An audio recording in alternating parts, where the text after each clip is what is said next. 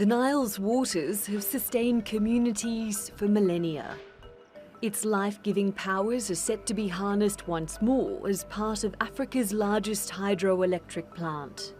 After almost a decade of construction, the finish line is coming into sight for this nearly $5 billion project. The Grand Ethiopian Renaissance Dam is set to transform millions of lives. About 70% of Ethiopians live without electricity, but the lights could be switched on when the dam is complete.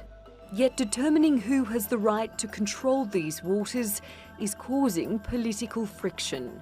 Ethiopia is the source of the Blue Nile.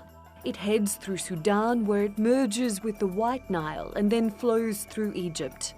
Cairo is worried that the dam will affect the volume of water that reaches them. The reservoir behind the dam will be able to hold 74 billion cubic meters of water. It will literally take several years to fill. And that's the main point of contention between Egypt and Ethiopia. The government in Cairo is worried that if the reservoir is filled too quickly, then it will reduce Egypt's water supply, which makes this an existential issue. About 90% of its fresh water comes from the Nile. Slowing down the water flow could irrevocably change life here. A 1959 treaty allocated water between Egypt and Sudan, the lion's share going to Cairo. Ethiopia wasn't included in the deal. There have been a series of talks in recent years between the three countries, but they haven't found a legally binding deal they can all agree on. Egypt says it wants a diplomatic solution.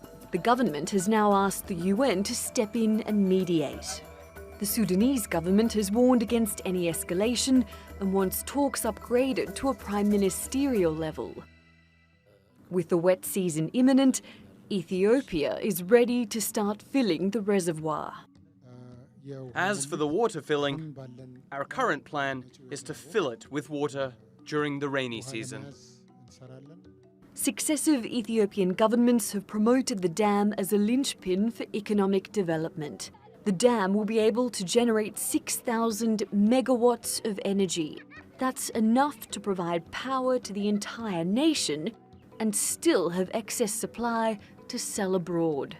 Determining what makes an equitable share of this natural resource has become a highly politicized process. The ultimate outcome will have a lifelong impact on the people who depend on it.